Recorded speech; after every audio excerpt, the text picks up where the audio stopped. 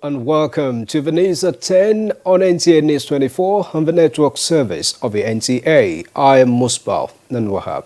And I am Chimobi Walton. Just good to have you join us on the news. First, let's take the headlines, please. Special tribute as a former Zimbabwean president Robert Mugabe passes on at 95. Map out reforms in Nigeria correctional service centers to include creche for inmates who are nursing mothers. Trained offenders who demonstrate high level of penance can now be issued a certificate by the chairman of the board or recommendation of the Controller General.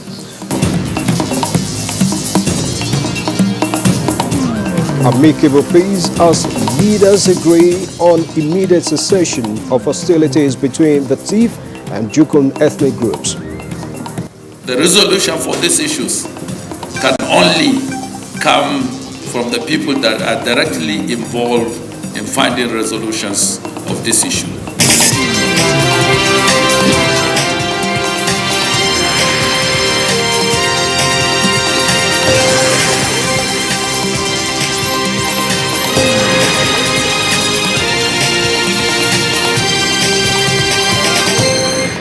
We have the details for you now as we start off with the news of the demise of Zimbabwe's first post-independence leader, Robert Mugabe, who passed on at the age of 95. His family confirmed to the media that he died after battling ill health. Mr. Mugabe had been in the hospital in Singapore since April this year.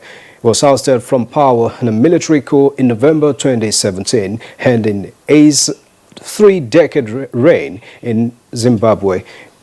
He won Zimbabwe's first election after independence, becoming prime minister in 1980. Mugabe abolished the office in 1987 and became president instead. Now, the man, Robert Mugabe, is one Africa is indeed the world will miss, especially his outstanding legacies. Over now to our foreign desk correspondent, Oyeyemi Ajayi, to give us more on that. Actions have continued to trail the death of the former president of Zimbabwe, Robert Mugabe, who has been described as not just a hero to Zimbabwe, but to the African continent at large. Mugabe, who was born on the 21st February 1924, was imprisoned for more than a decade without trial after criticizing the government of Rhodesia in 1964. In 1973, while still in prison, he was chosen as president of Zimbabwe African National Union, ZANU, of which he was a founding member. When he was released, he headed to Mozambique, directing guerrilla raids into Rhodesia, but he was also seen as a skilled negotiator. Political agreements to end the crisis resulted in the new independent Republic of Zimbabwe. Mugabe, with his high profile in the independence movement, secured an overwhelming victory in the Republic's first election. For decades in power, the international perception of Mugabe soared, with an increasing number of critics portraying him as a dictator. In 2000, facing serious political opposition for the first time, he seized white-owned farms to resettle black farmers on, causing economic disruption but boosting his popularity among his supporters. Around the same time, pro-Mugabe militias used violence to influence political outcomes. In 2008, when he lost the first round of presidential election, attacks on the opposition resulted in his rival pulling out of the contest. He was forced to concede to power sharing in 2009 amidst economic collapse, installing rival Morgan Tsvangirai as prime minister. But in 2017, the army, his longtime allies, turned against him, forcing Mugabe to step down after 37 years in power. Oyeyemi Ajayi, and now let's get some perspectives to this issue as Mike Utsaha, a legal practitioner and public affairs analyst, joins us. Thanks a lot for stopping by, Mike. Thanks very much, Musba. Good to see you again. It's my own pleasure. Thanks for coming. Now, tell us, who was the man, Robert Mugabe? Well, Robert Mugabe may be described differently by different persons and depending on how you want to look at him. I personally feel deeply saddened by his passing. Not that it was not to be expected. At 95, he's passing on at a very ripe age.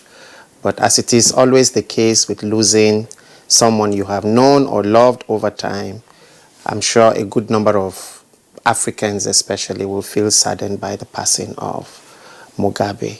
But I think he leaves behind legacies that we must learn from, particularly the emerging political class in Africa. Mugabe is dying at a time, or has died at a time, when the news globally is about xenophobic attacks in South Africa. And I'm sure if he were to be very active, or if we were to throw back to when he became the Prime Minister of Zimbabwe, I'm quite sure he will be in the forefront of condemning what is happening in South Africa. But over and above that, he's been described in the news report that we heard in many ways as a Democrat, as a tyrant, as a dictator, and all of that. But we must speak out those fine, areas that defined his leadership of Zimbabwe. He came into office in 1980 after a very sustained struggle, independence struggle. And I think, for me, this is really the area where emerging political leaders in Africa, in Nigeria, our country, must learn lessons from people like Mugabe. The sacrifice that he made, having served a long jail term before coming out to become a guerrilla fighter, and eventually becoming part of those first class of African leaders that, emerged on the leadership scene post-independence. I'm sure with his death now, there's only one person, the president of Cameroon, Paul Biya, all the others having left the scene, But we must remember Mugabe as a member of that class of African leaders that took on the reins of power soon after independence in Africa. All right, Mike. Robert Mugabe, arguably, has been one of the most controversial African leaders. Sure. Who obviously spent 30 years ruling his country. How nationalistic, was he at the time? Well, if you're looking at it strictly from the point of view of the tenets of democracy, you would say that it was completely wrong for him to have remained in power 30 years down the road, constantly changing the constitution to accommodate his personal interest and all of that. But we must also put in context the situation Zimbabwe found itself in. This is a country that started off on a good note. By 1982, 2 years after Mugabe was in power, Zimbabwe was one of the most, he had set up very strong educational standards in Zimbabwe. Till tomorrow, they can boast of having one of the best educational systems in the whole of Africa. We must remember Mugabe for that.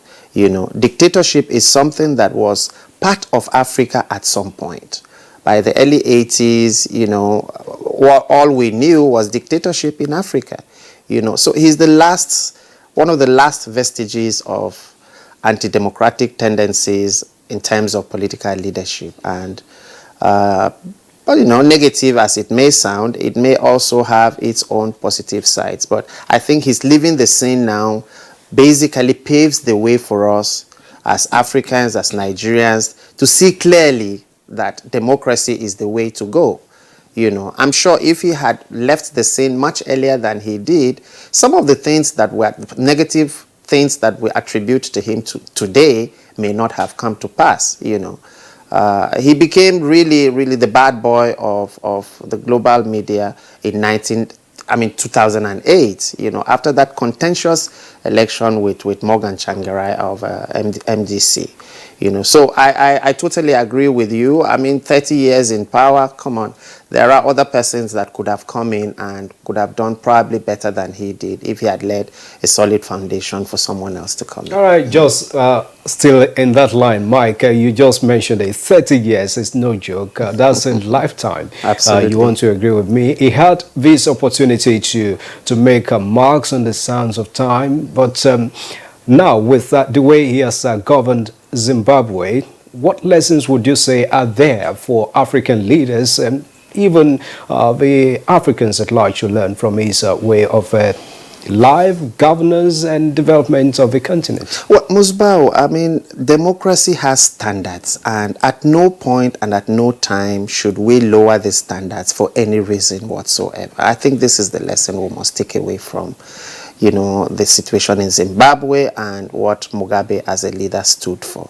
You know, there are standards in democracy, and we all understand the standards. It may be relatively new to Africa, but we have also practiced democracy from the 1960s, right? I mean, post-independence period right up to now, with a short break when we had all kinds of military dictatorships all over the place. But this is becoming an aberration, and we must learn lessons from what has happened in Zimbabwe. And for me personally, I mean, the protest that led to the ouster of Mugabe is something that, I mean, Africans must imbibe. We must begin to reflect that democratic tenet that allows you, you know, to express your views at all times and in all circumstances, you know. And we must all come together. I mean, it's a huge lesson for us as Nigerians. You know, the Zimbabweans got up one day and decided that, you know what, we can't continue this way. And soon thereafter, we saw what happened in Sudan, you know. Am I advocating for violent protest and all of that? Not at all. But democracy allows you to express your views, to express your sentiments in a legitimate and legal manner. And this is what I call on all Nigerians to. This is the lesson I ask Nigerians to learn from the situation. All right, Mr. Mike, it's been quite a pleasure having you on the show each time we call you for inputs on our programs. My pleasure, Walter. Good to see you. All right, we've been talking with Mr. Mike Osaha. He is a legal practitioner and, of course, a public affairs analyst. Many thanks for coming. Now, let's move on to some bilateral matters, as the federal government has reaffirmed its commitment towards providing the counterpart funding on all agreements reached with the People's Republic of China for the provision of critical infrastructure that will enhance the livelihoods of Nigerians. And President Muhammadu Buhari stated this while receiving in audience a special envoy of Chinese leaders, President Xi Jinping. State House correspondent Adam Sambo reports the Chinese president's delegation meets Minister of Foreign Affairs much later. Changing views with a special envoy, President Muhammadu Buhari expressed Nigeria's deep appreciation for the sustained and genuine efforts by China to improve the nation's critical infrastructure, especially roads, railways, aviation, power and water resources sectors. We thank you very much for that extreme contribution in terms of mitigating our extreme deficit in infrastructure. He underlined the Nigeria-China cooperation at the international arena and appreciated the support the two countries give each other, saying this must be sustained. Nigeria is determined to play its role wherever China's interest is concerned. On the receding leg chart, President Muhammadu Buhari emphasized the need for sustained support for revival from China, noting that Nigeria and other countries in the region have a lot to benefit from the Chinese expertise and technology on interbasin water transfer. Unless there is an interbasin transfer from Congo Basin to Chad Basin, that lake may dry up. And if it dries up, about 30 million people in that particular region will be affected. President Buhari also welcomed the offer by the special envoy for close partnership between Nigeria's governing party, the All Progressives Congress, and the Communist Party of China. Delivering the message of President Xi Jinping, the special envoy who led a high-powered Chinese delegation to the meeting assured President Buhari of China's readiness to improve strategic partnership with Nigeria and effectively implement the outcomes of the Forum on China-Africa Cooperation. This year, China will provide an additional grant of 100 million RMB yuan to Nigeria in support of your nation's economic development. Any project that is a priority of Your Excellency is a priority for China.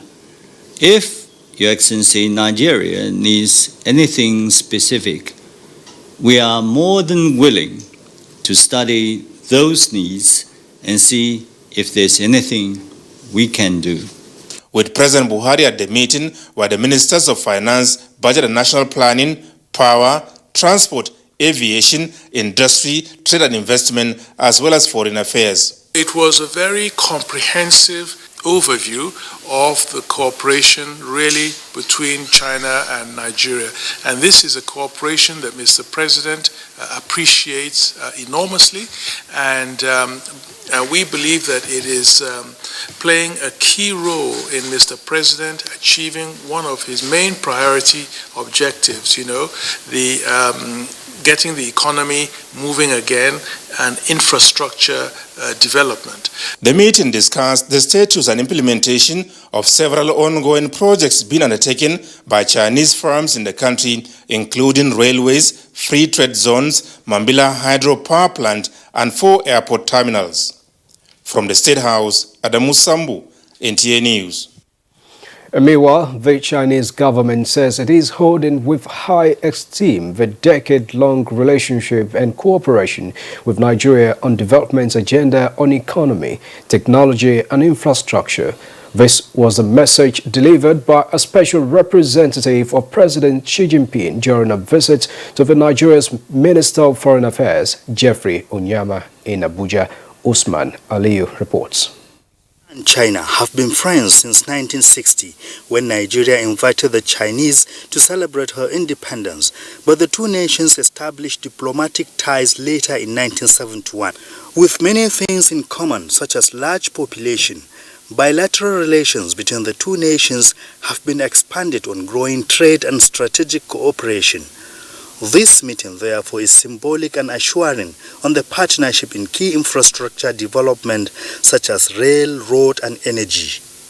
Of cooperation, such as the first phase of railway modernization and Abuja light rail, are shining examples of the successful mutually beneficial cooperation that we have had. In which you have also demonstrated in a very, very concrete fashion very practical support for this continent, and of course Nigeria is a beneficiary also. That great partnership for investment deals made President Buhari to visit China twice in 2016. This the Chinese see as a serious commitment more than ever before.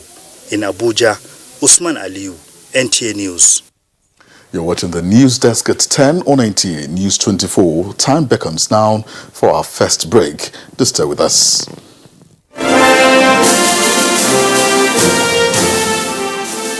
Advertising your goods and services on the right channel gives you an edge over your competitors. NTA News 24 has all the platforms for your target audience. The station is on DSTV channel 419, GoTV channel 46, StarTimes channel 101, and Free TV channel 703. With our digital format and wide range, we can reach your customers in next to no time. We are eager to promote your business, goods, and services. So, partner with us for a very rewarding business experience. For more information, please call Henry on 0803-379-0884 or visit our office at NTA Headquarters, Area 11, Garki, Abuja. NTA News 24. News and more news. Welcome back to the news. President Muhammadu Buhari has granted audience to the chairman of the Southeast Governors Forum and Governor of Ebonyi State, Dave Umahi. State House correspondent Adamu Sambu reports that during their meeting held behind closed doors, issues relating to the security and developmental aspirations of the Southeast Zone were discussed. Governor Dave Umahi told newsmen that the governors and the region firmly appreciate President Muhammadu Buhari for his prompt response to the deplorable situation of the Akanu Ibiam International Airport in Enugu.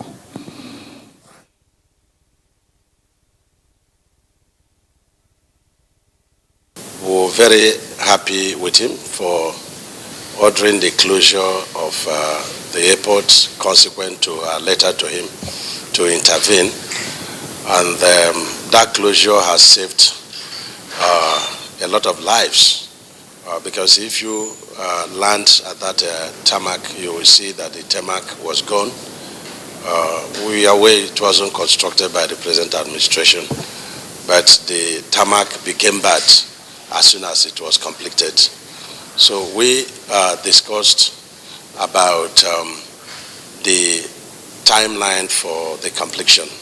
You're all aware that towards December we have a lot of heightened activities, socio-economic activities in Southeast, and the Enugu is our base, is like our capital. What Kaduna is to the north is what Enugu is to the southeast. And so we pleaded with Mr. President for the extension of the tarmac so that it can accommodate bigger aircraft. We pleaded with Mr. President to do what he did when we had the same issue in Abuja International Airport.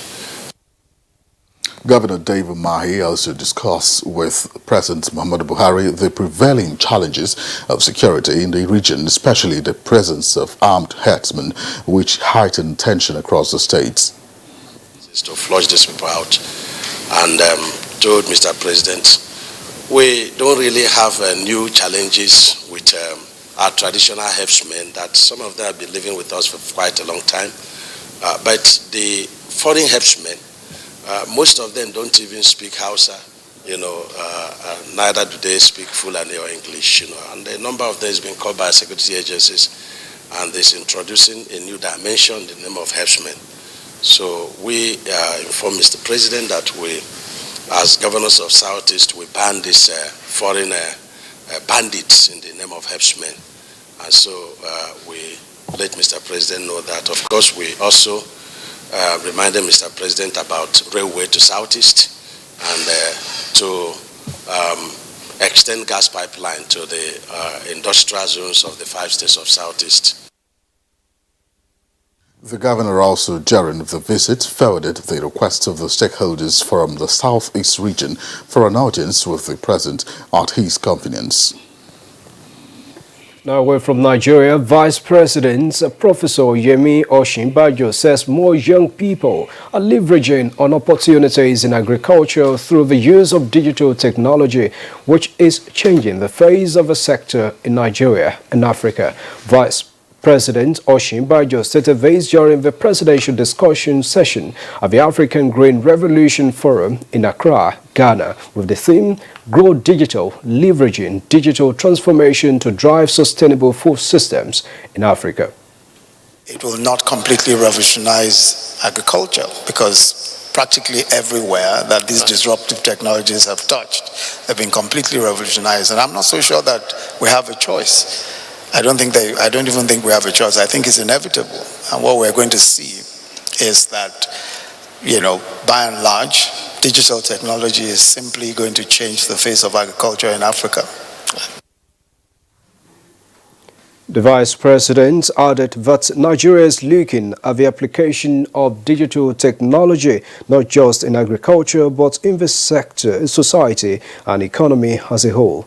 The African Green Revolution Forum is premier platform for African and global leaders from both the public and private sectors to advance policies, programs, and investments, as well as harnessing agriculture in ensuring food security, increasing income, and promoting economic development. The Vice President has returned to Abuja. Now, more sectors of the economy are beginning to receive the needed investment opportunities through the focus labs. Chimobi Water Naji already has that package for us.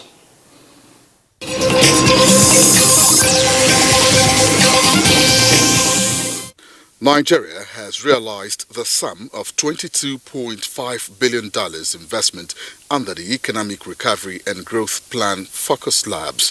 The investments are in 5 key sectors of manufacturing, agriculture, power, gas and transportation. A senior special assistant to President Muhammadu Buhari on Economic Recovery and Growth Plan, Effiong Asian, says 9 more sectors will be prioritized this year. The President told us that to be able to catalyze the investment and also bring economy to its path of growth, a government budget of $1 needs to speak to private sector investment of $5. So the government budget is talking to $5 investment of the private sector. The Minister of Finance, Budget and National Planning, Zainab Ahmed, says the federal government will, in the coming weeks, set up donor coordination units to chart a roadmap for setting up a multi-donor trust fund. The fund will ensure best value for all donor-assisted activities in the country. She said the DCU would be co-chaired by herself and the Minister of State for Budget and National Planning, Clem Agba. A statement from the Director Information in the Ministry says the Minister considers aid to be most effective when it is well coordinated with mutual accountability mechanisms for government and donors. Above all, it must be aligned with government strategic development priorities. And now to the Nigerian Stock Exchange, where the capital market closed flat Thursday, 5th September at minus 0.25%. Here is a graphic representation of the trading figures.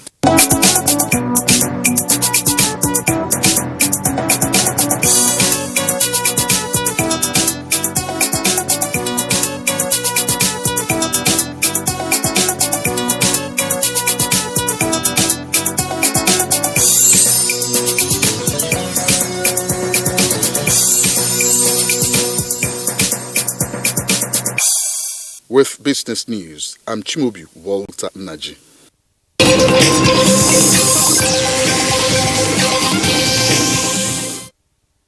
The Catholic Archbishop of Abuja, John Cardinal Onayekon, is appealing to Nigerians to be calm in view of the reprisal attacks trailing the killings of some Nigerians in South Africa. And he made the appeal in Owerri, Imo State, while speaking with correspondent Marian Vincent Oko. The Catholic Archbishop of Abuja, John Cardinal Onayekon, who expressed sadness over the turn of events, describes the reprisal attacks in some parts of Nigeria as being capable of breaching the peace of the country. We then tell our Nigerians to be calm, to be patient. Like our religions teach us, vengeance should not be the way forward. We do not hit back when somebody hits us. Vengeance is mine, says the Lord. And above all, vengeance often hits the wrong person. While appealing to Nigerians to remain calm, he says the steps so far taken by President Muhammadu Buhari in addressing the situation will certainly have far-reaching effects and urges Nigerians to give peace a chance. In Owerri, Marian Vincent Oko, NTA News. And this is still the news desk at 10 on NTA News 24. Time for a short break. More news afterwards.